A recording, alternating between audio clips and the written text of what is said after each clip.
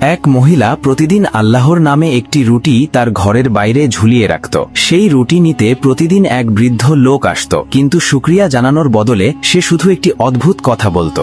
যা করেছো তাই তোমার কাছে ফিরে আসবে।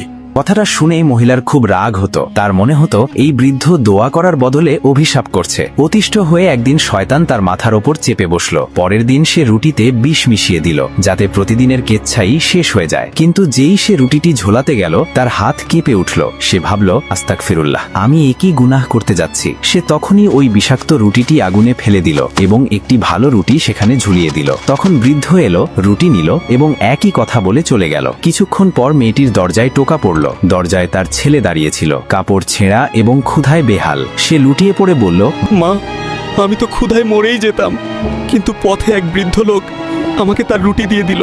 মায়ের পায়ের তলা থেকে মাটি সরে গেল। ওটা সেই রুটিই ছিল যা সে সকালে বানিয়েছিল। তার বুক জোরে কেঁপে উঠল। যদি আজ সে ওই বিষাক্ত রুটিটি না বদলাতো, তবে সে নিজের ছেলেকে নিজের হাতে মেরে ফেলত। তখন সে বৃদ্ধটির কথা বুঝতে পারল।